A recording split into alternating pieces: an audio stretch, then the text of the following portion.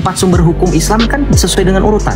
Al-Quran, hadis, ijma, dan qiyas. Ini 2 ini memang produk ulama kalian.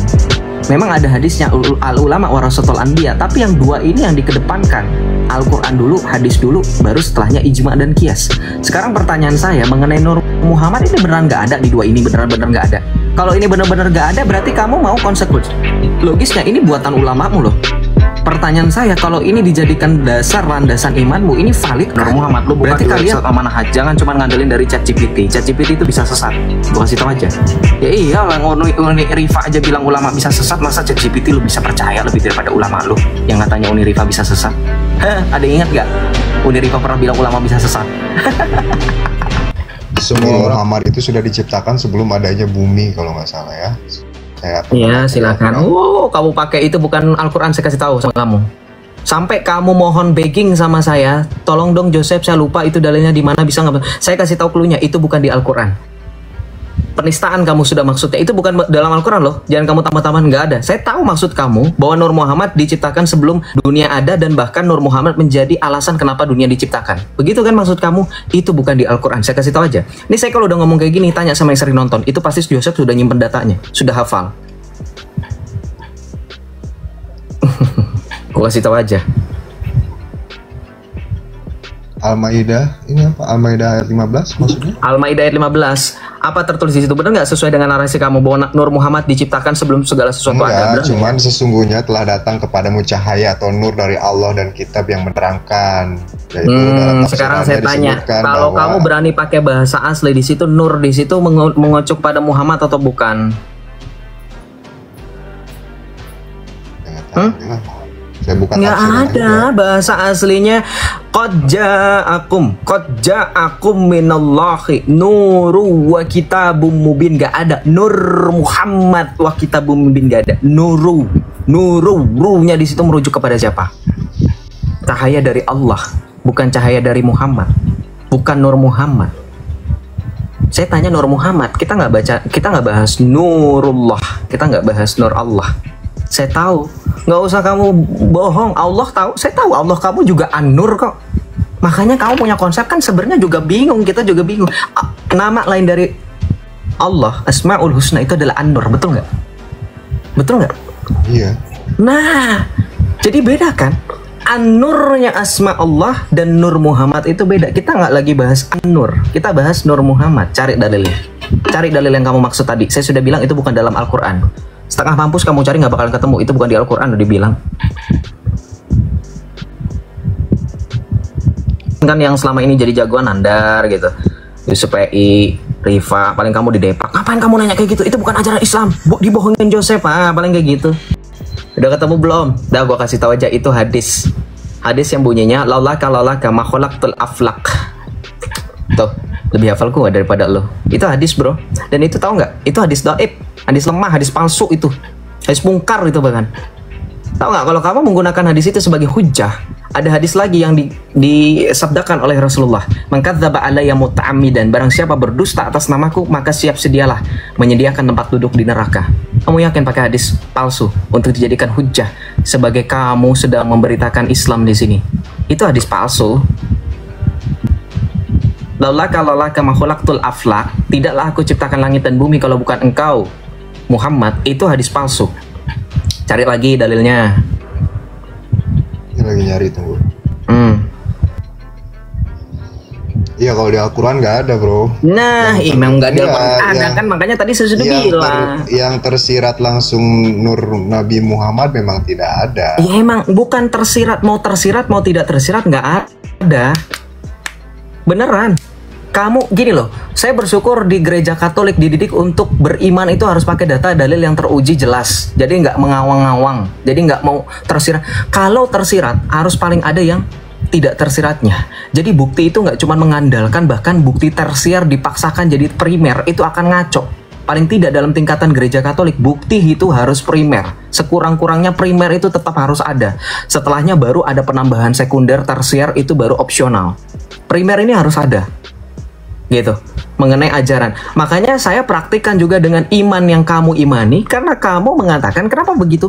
Ini kalian itu kan mengklaim penyempurna. Gereja Katolik yang hierarki, yang berbicara mengenai data yang udah sempurna aja, Masa kalau udah berbicara data yang jelas, masa kalian mau menurunkan derajatnya ketika kalian mengklaim sebagai penyempurna? Ketika dikatakan al-yaumal akmamtu, ketika di dalam surah Al-Maidah dikatakan pada hari ini telah kusempurnakan bagimu agamamu. Udah sempurna, kenapa kalian malah merendahkan? Harusnya buktinya malah makin jelas di kalian. Udah beda lagi. Sekarang boleh diakui bagaimana bahkan Ibnu Taimiyah, kalau saya sebut lagi itu ulama yang dari tadi kita bahas, Ibnu Taimiyah bahkan berusaha untuk menolak otoritas paus. Itu dalam kitabnya, saya lupa lagi di mana, bentar. Kemarin saya itu diskusi sama teman saya. Benar, semoga masih ada di WA. Yang menurut Syekh M Nawawi ya. Syekh M Nawawi Al-Bantani kamu pikir? Iya. Itu lagi syekhnya mau kamu pakai. Kau pikir itu diterima oleh semua ulamamu? Dengerin ya. Kamu pakai tadi kan saya sudah singgung. Di kalian itu harusnya lebih jelas. Jangan pakai paksain data tersier jadi data primer. Itu ulama itu data tersier loh sebenarnya. 4 sumber hukum Islam kan sesuai dengan urutan. Al-Qur'an, hadis, ijma, dan kias. Ini dua ini memang produk ulama kalian. Memang ada hadisnya al-ulama warasatul anbiya, tapi yang dua ini yang dikedepankan. Al-Quran dulu, hadis dulu, baru setelahnya ijma dan kias. Sekarang pertanyaan saya mengenai Nur Muhammad ini beneran nggak ada di dua ini, beneran nggak ada. Kalau ini bener-bener nggak ada, berarti kamu mau konsekuensi. Logisnya ini buatan ulamamu loh. Pertanyaan saya, kalau ini dijadikan dasar landasan imanmu, ini validkah? Berarti kalian sering nuduh Oten itu buatan karangan bapak-bapak gereja, karangan pendeta, karangan romo, karangan ini. Kalian apa bedanya? Ngerti nggak? Sama aja kan? Coba cari dulu yang dua ini, yang pertama ini sesuai dengan urutan 4 sumber hukum Islam yang utama. Al-Quran, hadis, ijma, dan kias. Cari dulu Al-Quran nggak ada, cari di hadis coba.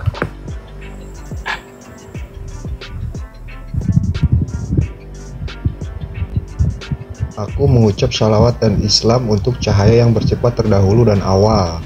Itu Syekh Nawawi Al-Bantani, itu bunyi bahasa Arabnya yang tadi. Usolli wa usollimu ala nuril ma'usufi bitaqaddami wal awaliyah. Aku mengucap salawat kepada cahaya yang bersifat terdahulu dan awal. Itu juga nggak bisa dijadikan hujah. Itu karangan ulama, bukan hadis.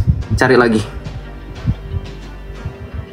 Sampai gua ngebalesin chat satu persatu, bro. Lu belum nemu-nemu juga. Adanya harus pakai VPN anjir. Ya peduli, itu kan urusan kamu. Kamu punya iman apa urusannya dengan VPN? Masa kamu mengakses hadis, mengakses perkataan Allah pakai VPN? Di zaman dulu nggak ada VPN, mereka pada bisa tuh beriman. Aneh kamu.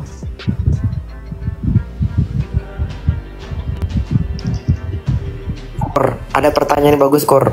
Sorry, jawaban yang bagus. Kamu bilang gini, hanya Allah yang... Jangan gitu loh. Jangan gitu teman-teman, jangan gitu. Dia orangnya sopan kok, jangan kayak gitu.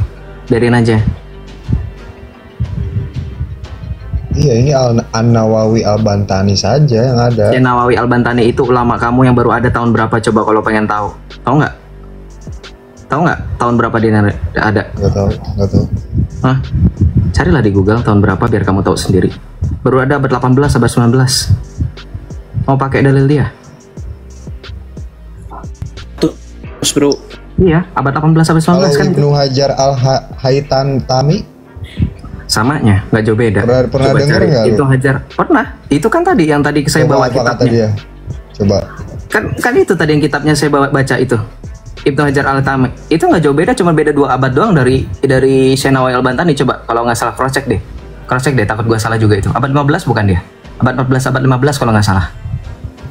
Yang pertama diciptakan Allah adalah ruhku, dan alam keseluruhnya diciptakan daripada nurku. Setiap sesuatu kembali kepada asalnya. Makanya gue bilang musuh kalian itu adalah orang-orang kalian sendiri, karena kalian masih berbantah-bantahan terkait iman kalian. Lu buka website Al-Manhaj tentang Nur Muhammad, di situ bantahannya semuanya jelas. Gue kasih tahu aja. Kenapa gue bisa tahu? Kan gue udah bilang, gue pernah dulu ketika saya kesaksian ketika Romo bilang saya pelajari Islam lagi, itulah waktu saya memakai untuk belajar semuanya ini 1 tahun. Itulah saya pakai untuk membahas, untuk mengorek-ngorek tentang ikhtilaf dalam Islam. Ikhtilaf itu apa? Ikhtilaf itu perbedaan. Gitu. Kalau di kita ya perbedaan pendapat memang wajar, dan kita punya otoritas atas hal itu dengan mengadakan konsili. Di mereka nggak ada. Kalau misalnya bersyukur penasaran konsili itu apa? Konsili itu muktamar, pertemuan para alim ulama. Kalau di kita alim ulama itu udah setingkat uskup, itu udah setingkat kardinal kolegial gitu. Udah bukan yang biasa, jabatan biasa, bukan. gitu. Dan itu keputusan Roh Kudus, memang punya otoritas. Makanya kalian tidak punya itu, makanya sampai dengan detik ini. Nah, tadi ya gue sempat singgung ya, balik lagi mengenai hakikat akidah Nur Muhammad. Lu buka di website Amanahaj, jangan cuma ngandelin dari ChatGPT. ChatGPT itu bisa sesat. Gue kasih tahu aja. Ya iya, Uni Rifa aja bilang ulama bisa sesat, masa ChatGPT lu bisa percaya lebih daripada ulama lu yang katanya Uni Rifa bisa sesat? Hah, ada yang ingat gak? Uni Rifa pernah bilang ulama bisa sesat. Semua orang juga bisa bro kalau sesat.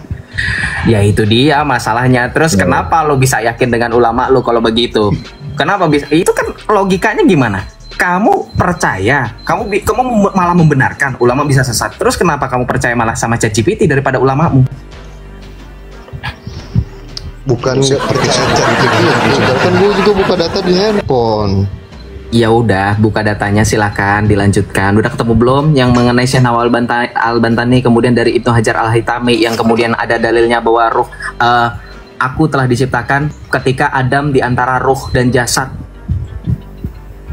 Ya kan? Iya.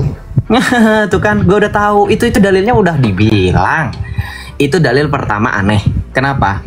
Berarti Muhammad itu jadi nabi pertama. Tahu nggak teman-teman dalil yang dia mau gunakan ketika dikatakan kalau kamu pakai itu, konsekuensi logisnya Adam bukanlah nabi pertama, Muhammad yang nabi pertama. Kenapa? Di situ dikatakan aku, kata Nabi Muhammad, kata nabimu, ketika ditanyakan oleh sahabat, aku diciptakan saat Adam di antara ruh dan jasad. Konsekuensi logisnya rubah total keyakinan kalian mengenai urutan nabi itu yang 25 nabi dan rasul. Kenapa urutan pertama bukan lagi Adam, Muhammad? Karena kamu menggunakan itu kan dikatakan Muhammad sudah ada sebelum pada saat Adam di antara ruh dan jasad.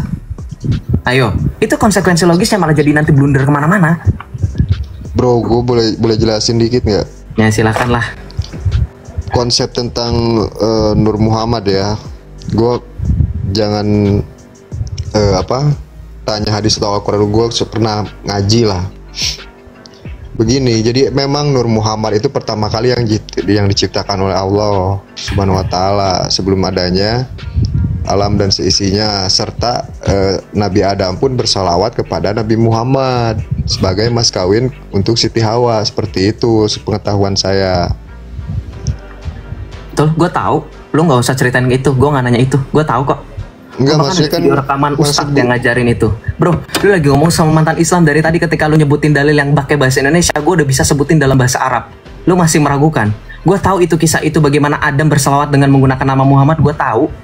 Melihat nama Muhammad ada di salah satu tiang aras Allah, gue udah tahu. Itu gue udah hatam. Bro, yang gue tanya, ada nggak di Al-Quran dan hadis? Ini masih buatan ulama semua loh. Ini kisah-kisah yang tidak pernah terverifikasi loh. Ini nggak pernah ada hadisnya loh.